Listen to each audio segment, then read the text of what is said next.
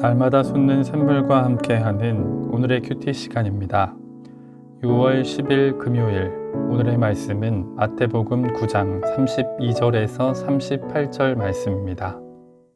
그들이 나갈 때 귀신 들려 말 못하는 사람을 예수께 데려오니 귀신이 쫓겨나고 말 못하는 사람이 말하거늘 무리가 놀랍게 여겨 이스라엘 가운데서 이런 일을 본 적이 없다. 바리새인들은 이르되 그가 귀신의 왕을 의지하여 귀신을 쫓아낸다. 예수께서 모든 도시와 마을에 두루 다니사 그들의 회당에서 가르치시며 천국 복음을 전파하시며 모든 병과 모든 약한 것을 고치시니라. 무리를 보시고 불쌍히 여기시니 이는 그들이 목자 없는 양과 같이 고생하며 기진함이라. 이에 제자들에게 추수할 것은 많되 일꾼이 적으니 그러므로 추수하는 주인에게 청하여 추수할 일꾼들을 보내주소서 하라.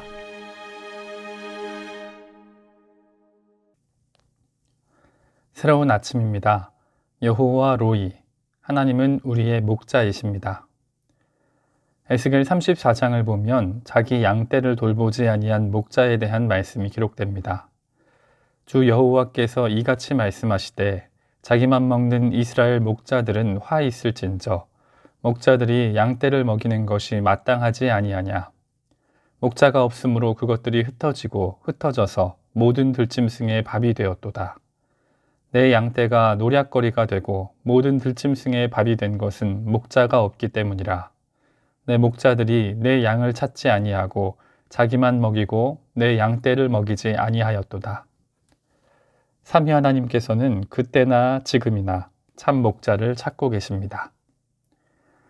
안천교회에도 많은 양떼와 많은 추수할 것이 있습니다.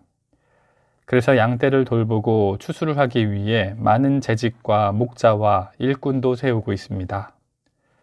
그런데 에스겔이 살던 시대나 예수님의 공생의 시대에 비추어 지금 우리 시대를 보면 하나님 아버지의 마음을 흡족하게 해드릴 일꾼은 그리 많지 않은 것 같습니다. 오늘 말씀을 듣는 여러분은 자신이 하나님 나라의 일꾼이자 목자라는 사실을 인식하고 계십니까? 아무리 나이가 많든, 아무리 바쁘든, 아무리 몸이 약하든 우린 그리스도의 일꾼입니다. 사람이 마땅히 우리를 그리스도의 일꾼이요 하나님의 비밀을 맡은 자로 여길지어다. 그리고 맡은 자들에게 구할 것은 충성이니라. 아멘. 말씀을 통해 일꾼이자 목자로 자신이 속한 공동체를 세우며 복음을 전하는 우리가 될 수 있기를 소망합니다.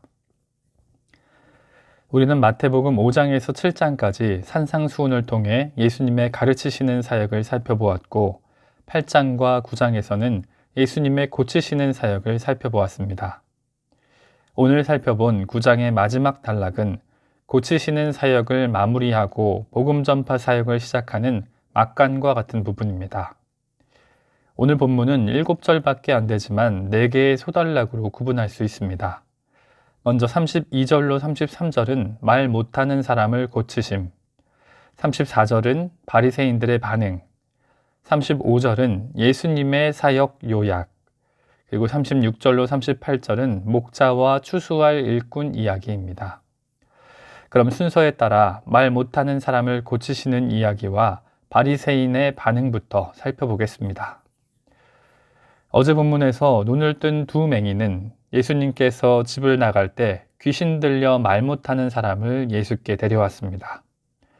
그들은 자신의 눈을 뜨게 해주신 예수님께서 언어 장애를 가진 사람의 고통도 해결해 주실 것을 믿었기 때문입니다. 물론 말 못하는 사람의 문제가 꼭 귀신으로 인한 것만은 아닙니다. 선천적인 장애나 청각적인 결함으로도 발생할 수 있기 때문입니다.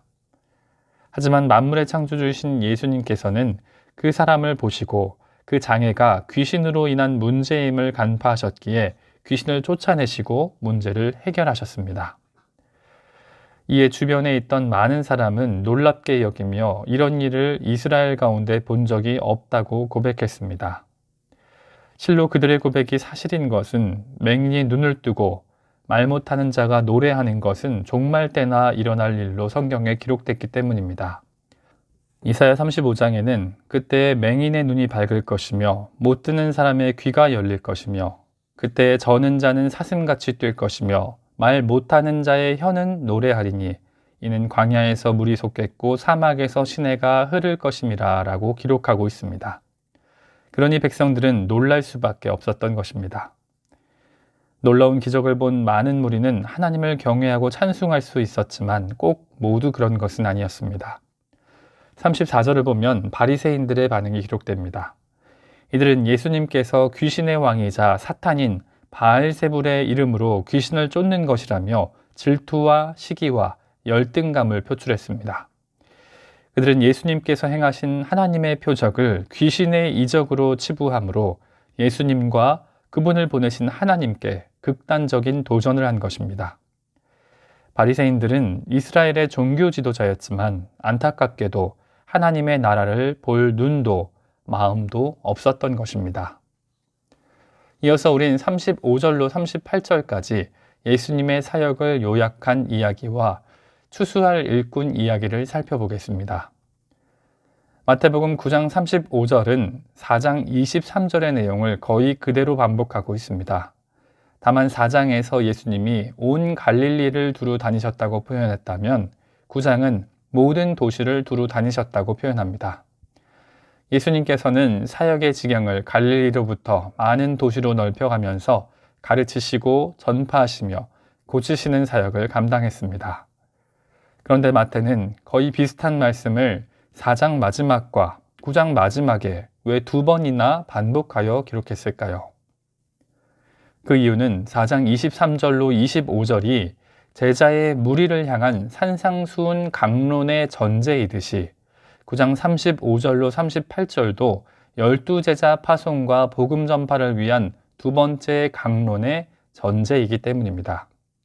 쉽게 말씀드리면 4장 23절과 9장 35절은 각각의 위치에서 단락을 구분하고 주의를 환기하며 곧 이어 시작될 예수님의 말씀에 집중하게 하는 중요한 막간 역할을 하고 있다는 것입니다. 이어서 마태는 막간 가운데 이어지는 강론에서 복음 전파 사역을 감당해야 할 목자와 추수할 일꾼에 대한 이야기를 시작합니다. 36절에 예수님께서는 무리를 보시고 불쌍히 여기셨다고 합니다.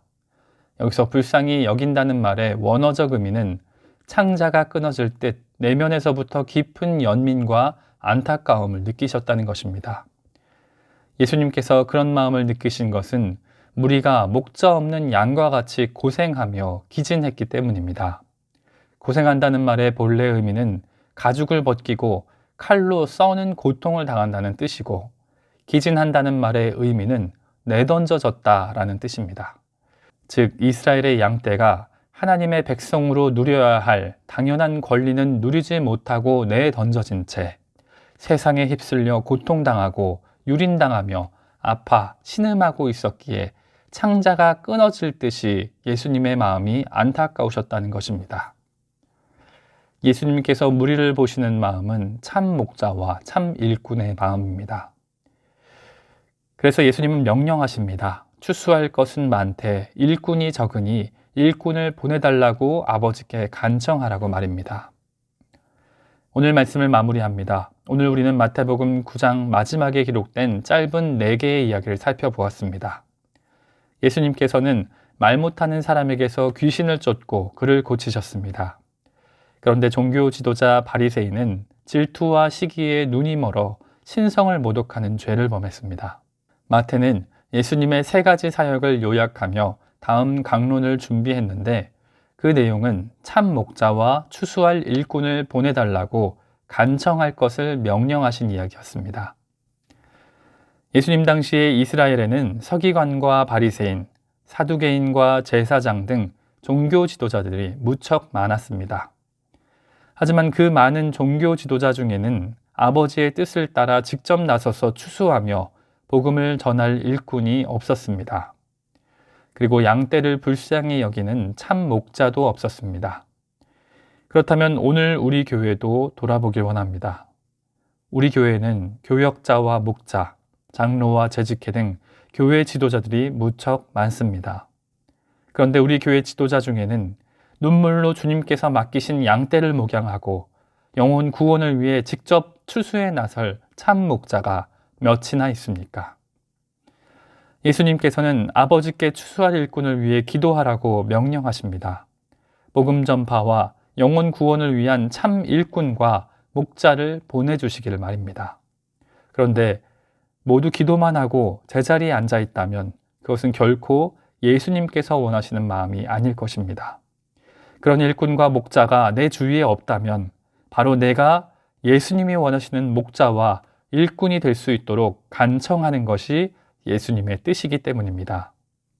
오늘 말씀을 듣는 저와 여러분은 자신이 속한 가정과 목장과 부서와 선교회와 공동체를 눈물과 기도로 세우며 이 땅에 생명의 복음을 전하기 위해 발벗고 나서는 목자와 일꾼으로 살아가기를 간절히 소망합니다.